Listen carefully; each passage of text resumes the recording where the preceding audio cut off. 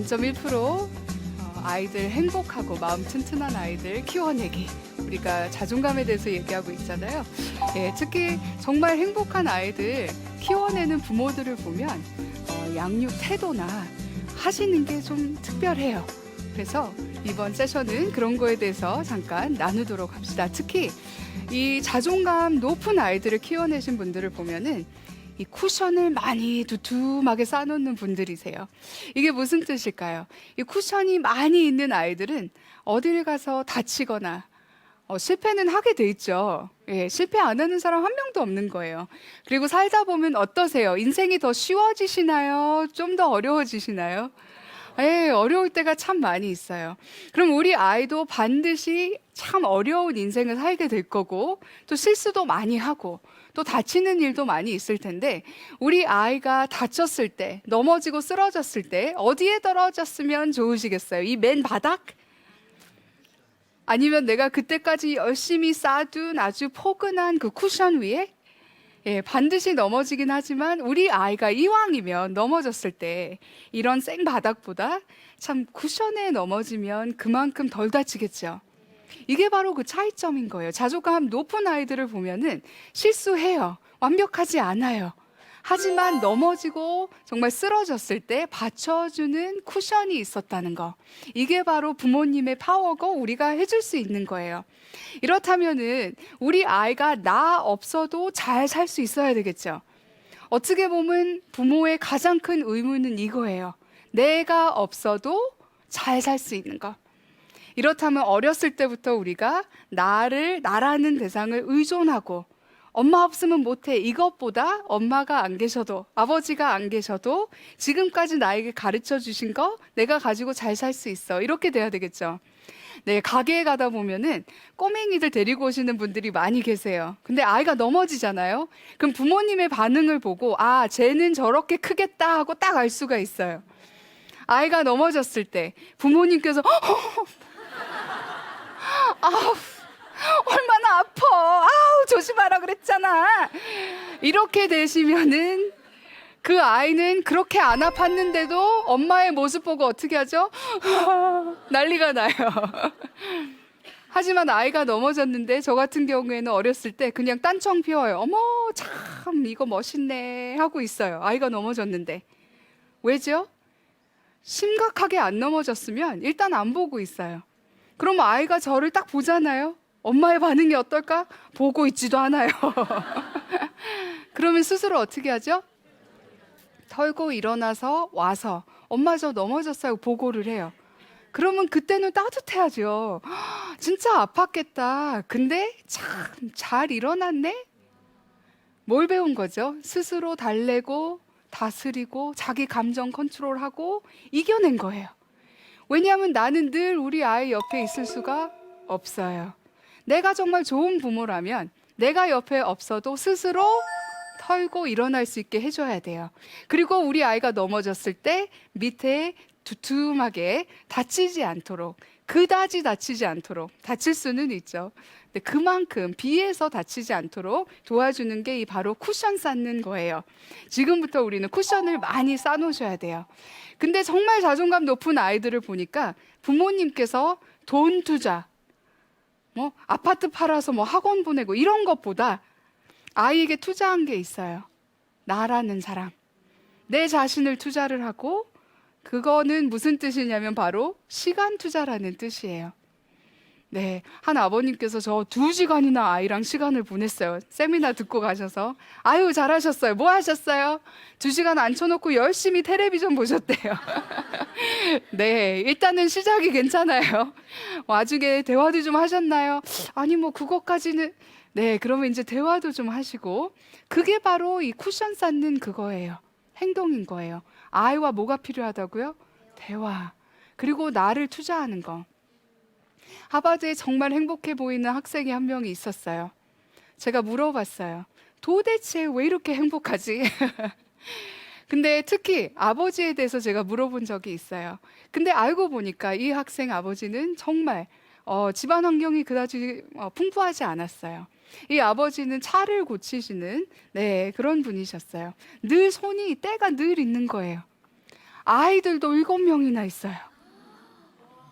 근데 이 학생이 무슨 얘기를 해줬냐면 아버지가 그렇게 바쁘시고 일을 열심히 하시고 우리는 7명이나 됐지만 You and me time이 있었다는 거예요. 너와 나만의 시간. 얘기를 들어보니까 아버지가 늦게까지 일하시고 오시면 이 너와의 나만의 시간이 이 학생에게는 뭐였냐면 아버지 무릎에 앉혀놓고 이 아이가 물티슈로 아버지 손가락, 손 지저분해진 손을 닦아주면서 아버지가 너가 오늘 지내면서 가장 좋았던 일이 무엇이었니? 물어보시는 거예요. 그럼 아이가 얘기를 하겠죠. 그런 다음에 오늘 좀 안 좋았던 일도 얘기해봐. 아빠는 없었으니까 더 알고 싶어. 얘기를 한 거예요. 이 아이는 물티슈로 닦아주면서. 이게 바로 너와 나만의 시간이었던 거예요. 굳이 돈 투자하시라는 거 아니에요. 정말 내 자신을 투자하는 거죠. 근데 정말 자존감 높은 아이들을 키워내는 부모님들은 쓰시는 양육 스타일이 있어요. 이 범라인드라는 연구자는 부모님들을 많이 관찰을 하셨어요. 70년도 때부터. 그래서 어떻게 하면은 건강한 아이들을 우리가 만들 수 있을까? 마음이 탄탄하고 자존감이 높은 아이들. 그래서 그분이 관찰한 바로 이렇게 4가지의 양육 방식이 나왔어요. 첫 번째 거는 독재자형, 방임형, 허용형, 그리고 권위형이라는 거예요. 제가 일일이 하나하나씩 설명을 해드릴게요. 지금부터 부모님께서는 나는 내 양육 스타일이 좀 어떤가 하고 살펴보시면 돼요. 좋은 부모가 되려면 우리가 솔직해질 필요가 있어요. 예, 여기 오셨다고 굳이 막 나는 참 좋은 부모 이렇게 안 하셔도 돼요. 네. 그리고 나는 잘하는데 저 사람 또 안 왔네 이렇게 하시면 안 돼요. 우리가 솔직해질 필요가 있어요. 그러면 어떤 스타일이 나에게 내가 하는 스타일인가 한번 보세요. 이 독재자형 양육 방식이라는 게 있어요. 이거는 우리 아이가 무엇을 해야 되고 정확히 언제 해야 되고 정확히 어떻게 해야 되는지를 내가 일일이 다 가르쳐 주는 부모예요. 바로 반응이 오시죠? 예, 찔리시는 분도 있으시고. 또 뭐죠? 아이는 무조건 부모의 지시를 따라야 된다. 이 형은 조그만 게 뭘 알아? 시키는 대로 해. 이 형인 거예요. 왜냐? 내가 어른이고 너보다 더 많은 걸 알기 때문에. 특히 내가 많은 것을 경험하고 이겨내셨다면 그런 부모는 이렇게 얘기하기가 쉬워요. 내가 네 나이 땐 이러고 나오기가 참 쉬워요. 예, 그리고 나 다 겪어본 것 중에 이게 올바른 길이야. 그거 따라오면 되는 거야. 조용해. 이렇게 나온다는 거죠. 또 보실게요. 방임형 양육 방식이 있어요. 신경 쓸 일도 많은데 아이 사생활까지 알 필요 있어요? 나도 피곤한데? 나도 많은 게 해프닝이 있는데 그런 거 뭘 알아야 되나요? 아이에게 밥은 배고플 때 알아서 챙겨 먹으라고 하면 되죠. 아이가 대학생, 오케이, 굿. 고등학생 굿, 중학생도 오케이. 근데 아이가 5살짜리인데 네가 알아서 먹어 이러는 거예요. 그거는 좀 아니겠죠. 왜냐하면 아이에게 알아서 먹어 하면은 충분히 알아서 먹어요. 대신 뭐를 알아서 먹죠? 정크막 먹어요. 사탕, 자기가 먹고 싶은 거. 맞죠? 예, 이거는 부모의 관심이 조금 부족한 거죠. 또 어떤 양육 방식이 있을까요? 허용형. 이거는 뭘까요? 아이들의 행동에 엄격한 규칙이 왜 있어요? 왜 필요해요? 그냥 원하는 대로 살면 되는 거예요. 요즘 우리가 아이 자존감 높은 아이 키운다고 어떻게 하죠? 무조건 지지해주고 그냥 다 괜찮은 거예요. 네, 그렇게 되면 오히려 나중에 좀 더 말씀드리겠지만 자존감이 낮게 형성돼요. 자신이 결정한 대로 사는 것이 좋다. 네, 아이가 2살인데 그냥 마음대로 해. 이렇게 되는 거예요. 또 보실까요? 권위형 양육 방식도 있어요. 부모는 합리적이고 객관적인 방법으로 지침을 제시해야 된다. 내가 부모니까 당연하게 얘기를 해줘야 되겠죠. 뿐만 아니라 아이에게 방향을 제시는 하지만 의견을 묻고 토론할 기회도 준다. 네, 지금 벌써 요즘 세대의 아이들에게 알맞는 양육 방식이 있겠구나 이제 감이 잡히시죠? 그럼 조금 더 나가서 더 재미있는 방식으로 매일마다 살면서 일어나는 일들을 통해서 어떤 양육 방식인지 한번 알아보겠습니다. 나는 어떤 양육 스타일일까? 네, 질문이요. 자녀에게 용돈을 얼마나 주시나요? 네, 1번은요. 매주 정확한 금액을 주고 더 필요해도 바꿀 수 없죠. 정해놓은 건 정해놓은 거예요. 죽어도 바꾸면 안 되는 거예요. 네, 또 보실까요? 아니, 먹여주고 재워주는데 무슨 용돈까지 줘요? 달라는 대로 줘야죠. 아유, 필요하니까 달라는 거겠죠. 하고 주라는 대로 주는 거. 네 번째는 합리적인 이유라면 융통성 있게 금액을 조정할 수도 있죠. 네, 어느 방식이 지금 네 가지의 양육 방식일까요? 예를 들어서 어떤 방식이 허용형일까요? 네, 달라는 대로 주는 스타일. 이제 망하십니다.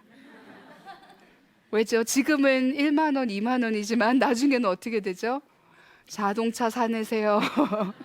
이 유명 브랜드 가방 100만 원짜리 사내세요. 이렇게 되는 거예요. 아이 마음껏 그냥 주라는 대로. 이런 분들이 집 팔아서 정말 아이를 위해서 그렇게 하시는 분들도 계세요. 이거는 결코 아이에게 좋을지 안 좋을지 한번 생각해 보세요. 또 보실게요. 아이가 음악 학원을 그만둔다고 할 때, 다른 사람 이야기가 아니죠. 다 겪는 그런 거예요. 아이가 그렇게 그만둔다고 할 때 어떤 식으로 반응을 하십니까? 1번, 아유, 말도 꺼낼 필요 없어요. 당연히 계속 가야죠. 듣기 싫어. 끝났어, 대화는. 그리고 무조건 가는 거예요. 2번, 애초 음악 학원 따윈 보내지 않아요. 돈 아깝게. 아이 발달에 뭐 그게 중요합니까? 불필요한 거예요. 세 번째, 아유, 아이가 즐기지 않으면 당연히 그만둬야죠. 아이가 싫다는데 굳이 시킬 필요 있나요? 네 번째는요, 대화로 설득하고 계속 할 수 있도록 격려는 해준다. 네, 이게 왜 지금 배워놓으면 좋을지. 지금 후회되시는 거 많이 있으시죠? 아우, 시킬 때 좀 할 걸. 그런 거 많이 있어요. 어른이 되다 보니까 후회되는 거 많아요. 성인이 돼서 상담받으면서 부모님이 이거 하라 그랬을 때 좀 할 걸 하는 학생들이 되게 많이 있어요. 그때는 그냥 하지 마. 아, 싫어. 아이, 돈이 얼마인데 팍 이렇게 하시는 것보다, 아, 그럼 우리 좀 시간을 두고 좀 고민해보자. 나는 이렇게 생각하는데 너는 어때? 이렇게 하시는 거죠. 한번 양육 스타일을 한번 봐보세요. 그리고 나는 어떤 양육 방식으로 우리 아이를 대하는지. 그 다음 질문이요. 주말에 자녀에게 몇 시까지 들어오라고 하십니까? 1번, 정각 오후 10시. 조금이라도 늦으면 안 돼요. 이렇게 하시는 분.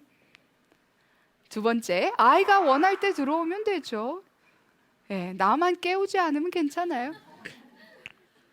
세 번째, 통금은 없고 아이가 늦게 와도 저는 늘 기다릴 준비가 돼 있어요 하시는 분들. 네, 참 피곤한 인생이죠. 네, 아이 위주로 사시는 거. 그리고 상황에 따라 귀가 시간을 함께 정해요. 특히 아이가 청소년 때 되면 부모님 아시죠? 저희를 이제 점점 떨어져 나가는 그게 정상인 거예요. 가끔 청소년 아이가 있으신 분들이 오셔서 아우, 저랑 얘기를 안 하려고 그래요. 어머, 건강한 아이 키우신 거예요, 그거. 당연히 부모님이랑 잘 얘기 안 하려고 하죠. 그게 지극히 정상인 거예요. 왜죠? 자꾸 이제 슬슬 자기의 인생을 사는 게 정상인 거예요. 근데 늘 기다릴 준비가 돼 있어요. 밤 3시, 2시인데 아유, 아이가 괜찮아요. 늘 기다릴 수 있어요. 이렇게 하시면은 어떤 일이 있을까요? 인생 자기 멋대로 살게 되는 거겠죠. 한번 보세요. 어떤 양육 스타일이었는지. 네. 그러면 이 범라인드라는 연구자가 어떤 양육 방식을 썼을 때 가져다 오는 결과가 있을 거 아니에요. 임팩트가 있잖아요. 그거를 한번 보시겠습니다. 독재자형. 그분이 봤을 땐 이 독재자형 부모님들은 반응이 없어요. 아니면은 낮아요. 따뜻하지 않아요. 이런 분들은 아이가 고민을 가지고 와도, 야, 내가 네 나이 땐 그런 거 아무것도, 아유, 조그만 게 무슨 스트레스야? 이렇게 되는 거예요. 따뜻하지 않는 거. 따뜻하지 않다라는 뜻은 아이가 고민거리가 있어도, 아, 우리 부모님은 안전하지 않아. 안전하지 않은 사람 찾아갈까요? 아니거든요. 다른 것을 찾게 돼요. 맞죠? 보세요. 또 기대는 엄청 높은데 아이에게 반응은 그다지 많지 않아요. 그리고 솔직히 내 위주로 살고 내가 옳다는 방식대로 아이에게도 주입시키는 그런 거예요. 네. 영어로는 우리가 education as banking이라고 나와 있어요. 무슨 은행에다 돈 집어넣듯이 뇌에다가 자꾸 이렇게 하는 거예요. 아이의 목소리가 커질까요? 작아질까요? 거의 없어지죠, 이 케이스는. 그렇기 때문에 아이가 자존감이 낮을 수밖에 없어요. 또 보세요. 방임형은 어떤 스타일인가요? 냉정한 거, 무반응, 무규칙, 관여하지 않음, 무관심. 아이가 어떻게 되든 그냥 I don't care. 누가 중요한 거죠? 내가 너무 중요한 거예요, 부모로서. 아이가 어떻게 되든. 이런 무관심 속에 자란 아이들은 당연하게 충동적 행동을 하게 돼 있죠. 한 아이가 엄마랑 가게를 갔어요. 근데 아이가 말썽을 피우는 거예요. 우리 엄마로서 흔히 하는 거, 집에 가면 매 맞을 거야 했어요. 집에 왔는데 엄마가 잊어버리셨어요. 아이가 엄마한테 와서 엄마 저 아까 매 때리신다고 그랬잖아요. 아니 아이가 왜 그럴까요? 그렇게라도 저 좀 봐주세요 하는 거예요. 좋은 어텐션 못 주시면 나쁜 어텐션이라도 주시라는 거예요. 저 좀 봐주세요. 이렇게 되는 거예요. 당연하게 자존감이 낮고 나는 있어도 되는 존재, 없어도 되는 존재라면은 자살 생각 당연하게 생각하게 돼 있어요. 없어도 그만이니까. 이해되시겠죠? 다음 거 보실까요? 허용형이에요. 우리가 오해하세요. 자존감 높은 아이들 키우려면은 계속 지지해주고 계속 자기 아이가 원하는 대로 해주면 된다라고 생각을 하시는데 한번 보세요. 이 스타일은요, 아이에 대한 기대가 없으신 거예요. 교사든 부모든 아이에 대한 기대가 높으셔야 돼요. 왜냐하면 내가 믿는 대로 되는 거가 아이예요. 우리 아이는 이렇게 될 것이다 하면은 아이가 반응하고 그렇게 돼요. 근데 이거는 아이에 대한 기대치가 굉장히 낮으니까 그냥 해달라는 대로만 해주면 잘 되는 줄 아는 거죠. 알고 보니까 참 신기하게도 이 아이들 부족한 사회성이 있어요. 일단은 왜지요? 토론할 기회가 없어요. 다 해주니까. 아이들은 토론하면서 살아야 돼요.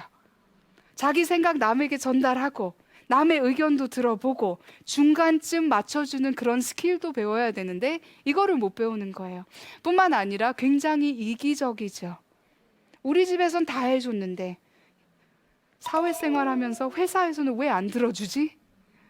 이러는 거예요. 또 자기가 굉장히 특별한 줄 아는 거죠. 그러면 이 바움라인드와 또 많은 심리학자들과 또 저도 정말 높은 자존감을 키워낼 수 있는 방식이 그럼 어떤 방식인가 보니까 바로 권위형 방식이에요. 오해하지 마세요. 부모님은요, 아이 머리 위에 있으셔야 돼요. 내가 부모니까. 제발 부모들이 아이들 친구하려고 하시지 마세요.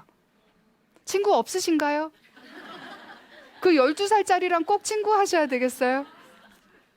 아이들이 우리의 친구 대상은 아닌 거예요. 나는 부모기 때문에 권위는 있어야 돼요. 맞죠? 아이 머리 위에 있어야 되는 거예요. 다만 내가 부모로서 생각하고 가치관 이런 거 중요해요. 하지만 너도 중요하기 때문에 우리 한번 얘기해보자. 이거가 되는 거예요. 한번 보세요. 따뜻하고 호응적이고 보시면은 높은 기대를 가지고 있어요. 내가 우리 아이는 이런 아이다. 이렇게 될 것이다. 확실해요. 기대 참 높아요. 하지만 굉장히 따뜻해요. 반응이 늘 있으세요. 아이가 문제를 가지고 왔을 때 너 참 잘 이겨낼 수 있어. 근데 한번 얘기해봐. 엄마가 좀 이해할 수 있도록 얘기 좀 해봐. 대화를 한번 해보자. 아, 이런 상황에 나는 너가 이렇게 했으면 좋겠는데 너는 어때? 아, 엄마가 지난번에 이렇게 실수했었지. 그럴 때 엄마가 어떻게 하면 좋을까? 대화를 하시는 거예요. 그러면 아이가 목소리를 사용을 하게 돼요. 저는 한국에서 태어나고 8살까지 한국에서 지내다가 미국을 갔어요. 근데 미국 친구 집에 초대를 받아서 백인 친구 집에 이제 놀고 있는데 아버지께서 아침에 시리얼과 오믈렛과 토스트가 있는데 뭘 먹을래 하고 물어보셨어요. 제가 깜짝 놀랐어요. 그런 거에 대한 선택권이 있는 줄 몰랐어요. 근데 물어보시는 거예요. 그래서 오믈렛 먹을게요 했는데 오믈렛이 나왔어요. 그때 제가 어린 마음에 어떤 생각이 났냐면 내 목소리를 사용을 했을 때 달라고 하니까 나오는 거구나. 자기 자신의 파워가 있는 거를 이제 깨닫게 되는 거예요.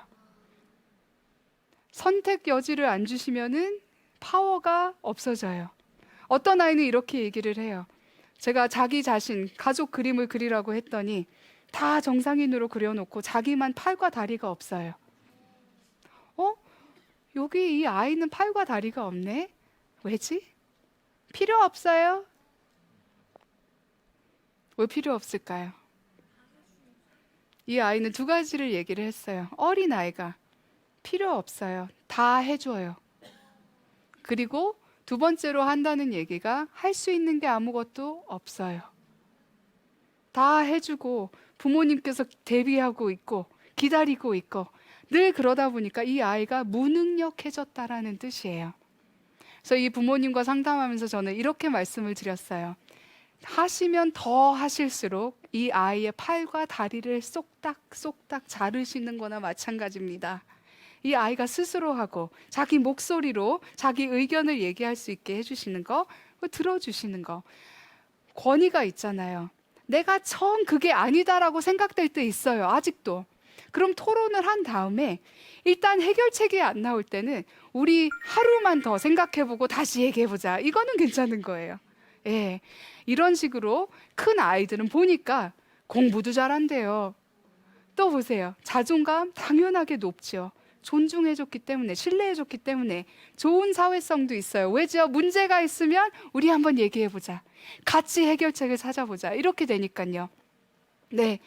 근데 이 많은 양육 스타일이 있지만 정말 우리가 조심하셔야 될 거는 아이에게 상처 주는 일이에요. 특히 우리가 참 잘하는 거, 이 심리적인 조정. 이게 뭘까요? 어떻게 하면 심리를 조정할 수 있죠? 야, 내가 교사인데 네가 이러고 다니면 어떡해? 야, 너 때문에 내가 고개를 못 들고 다녀. 계속 죄책감을 심어주는 거예요. 이거는 아이의 심리를 조정을 하는 거예요. 내가 너 때문에 못 살아. 아이 때문에 못 살고 살면은 안 되는 거예요. 네. 이런 식으로 아이에게 컨트롤하는 것. 아이들의 특징은 아픔을 재현하게 돼 있어요. 이게 무슨 뜻일까요? 아이들은요, 그 누구나 집안에 안 좋은 일 있으면 누구 탓을 할까요? 내가 조금이라도 더 잘했으면 이런 일이 없을 텐데. 이게 아이의 특징이에요. 자기 탓을 많이 해요. 근데 상처 있는 아이들은 그 어디엔가 가서 재현을 한다는 거예요. 어디에서 맞고 있는 아이들, 다른 데 가서 남을 때리게 돼 있어요. 저는 아이를 상담하면서 가족을 그리라고 해놨더니 한 아이가 이렇게 그려놨어요. 네, 여기 얼굴 큰 사람이 누굴까요? 아빠일 것 같죠? 아버지들 되게 고소하시겠어요. 엄마예요. 근데 여기에 남아있는 건 뭐냐면 일단은 치아라는 게 확 보여요. 아이가 사람을 그릴 때 치아를 이렇게 그리면 일단은요, 저희는 공포를 생각하게 돼요. 이 아이는 엄마 옆에 있고 싶을까요? 두려움의 대상인 거예요. 옆에 가고 싶지 않아요. 이런 아이는 정서적으로는 뿐만 아니라 몸도 아프게 돼요. 근데 알고 보니까 이 그림을, 아이들의 그림을 보면 여기에는 판타지도 있어요. 아이의 그림을 보면서 이 아이의 소원이 나와 있는 거예요. 이 가족은 4명이 있었는데 1명은 아예 그리지도 않은 거죠. 아예 이 사람은 없었으면 좋겠어요 라는 판타지인 거예요. 누굴까요? 알고 보니까 아버지께서 이 엄마를 학대를 하시고 엄마도 스트레스가 쌓이시니까 아이들, 2 아들을 학대를 하시고 저쪽에는 형이에요. 형도 스트레스 받으니까 동생한테 그렇게 하는 거예요. 네, 이 동생은 자기 자신을 어떻게 그렸을까요? 뭐가 또 없죠? 목소리가 없다라는 거예요. 아까 말씀드렸죠. 목소리가 없는 아이들은 왜 사는지, 있어도 되고 없어도 되고 그런 존재라는 뜻이에요. 그리고 굉장히 작게 그린 거죠. 제가 많은 한국 학생들을 많은 나라에서 만나면서 늘 물어봐요. 부모님한테 가장 자주 듣는 말이 뭐니? 하고 물어보면 4글자라고 늘 얘기를 해요. 뭘까요? 미국, 한국 다 똑같아요. 가 공부해. 부모님한테 가장 자주 듣는 말이 가 공부해. 그냥 여기서 해도 안 되고 가 공부해. 근데 정말 행복해 보이는 학생들에게 제가 물어봤어요. 부모님한테 정말 자주 듣는 말이 뭐니? 가장 자주 들었던 말이 뭐니? 했더니 따라해 보실까요? Everything will be okay. 다 괜찮을 거야 라는 말을 들었다는 거예요. 차이점 느껴지세요? 가 공부해. 다 괜찮을 거야. 이 다 괜찮을 거야 라는 뜻은 귀찮아서 그냥 아유 괜찮아 이게 아니라 지금은 이런 처지에 있지만 잘 해낼 거 내가 믿어. 다 괜찮을 거야. 너랑 친구랑 싸워서 지금 마음은 상해 있지만 그것도 잘 해결할 거 내가 믿어 하고 신뢰를 심어주는 말이었어요. 네, 정말 우리는 아이들을 사랑한다고 많은 것들을 해주고 있지만 지금 세션을 통해서 정말 요즘 세대 아이들에게 알맞는 양육 방식에 대해서 나눴습니다. 경청 잘해주셨습니다. 감사합니다.